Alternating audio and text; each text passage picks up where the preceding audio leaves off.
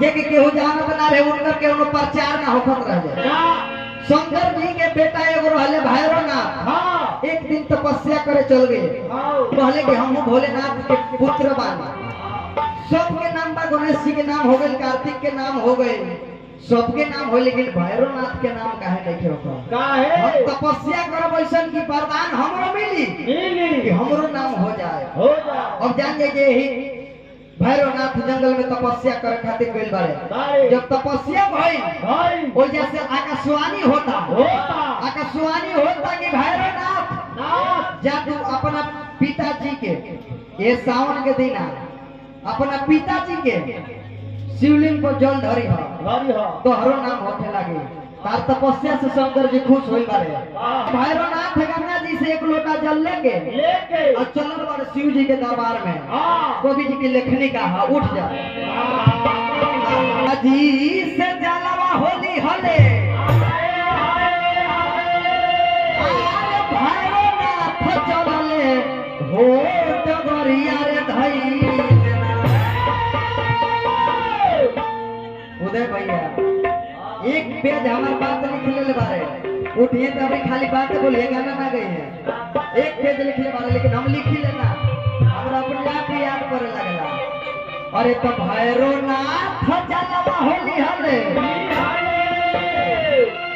अरे तो गंगा जी से जलवा होली हले, अरे भैरवनाथ चलले हो डगरिया ओ डगरिया तो ओहिरा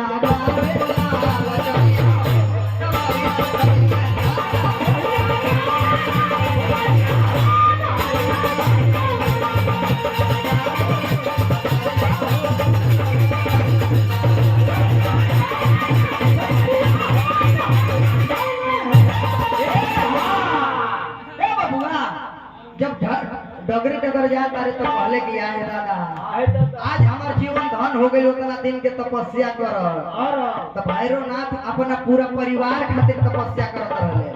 भैरवनाथ के दू पुत्र रहले जेकर नाम बोल आ एगो के बम रहे। उनकर पत्नी के नाम रहे हर हर। तब महादेव भइल बारे, कहले भगवान शंकर कि बोल बम के नारा लगैते जइहो। अंत में जब तू जल ढारे लगबो तब अपना पत्नियों के नाम लिया हर हर, तब कहिया महादेव के ना बबुआ इनो प्रसन्न है बबुआ।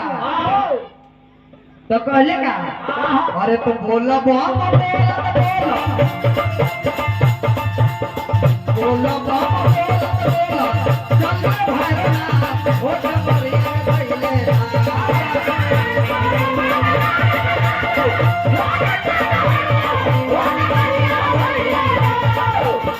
बोला बाबा बोला चल भैरवनाथ हो डगरिया रे भइले, हो डगरिया रे भइले।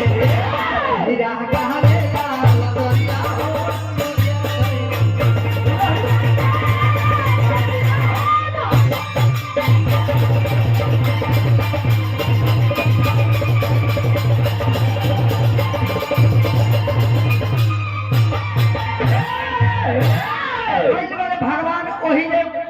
अपने पिताजी के शिवलिंग पर जल ढारे खाते शंकर भगवान कहले रहले कि अपन पुत्र के भी नाम लेते जो बोल बम के, और जब सही जल ढारबा तो अपना पत्नी के भी नाम ले ली हर हर महादेव। अब वही दिन से पूरा देश में सोमवारी के पूजा होखे लगा। तो जितना आदमी के जाने के चाहिए उतने साने के चाहिए। ई ना कि गमछा ओढ़ के सुतल बाड़ा और पैर फैलाओ तार के हम चौदर में सुतल बानी। बारी में मच्छर काटे भइयो ध्यान दो के आई एकरा के पहले पहचान केना बबुआ। अब ए जे हमरा कहानी के खड़ी पाई रही केना बबुआ। हां अब एकरा बाद हमार समय के मिनट बा एगो लयदारी गाय।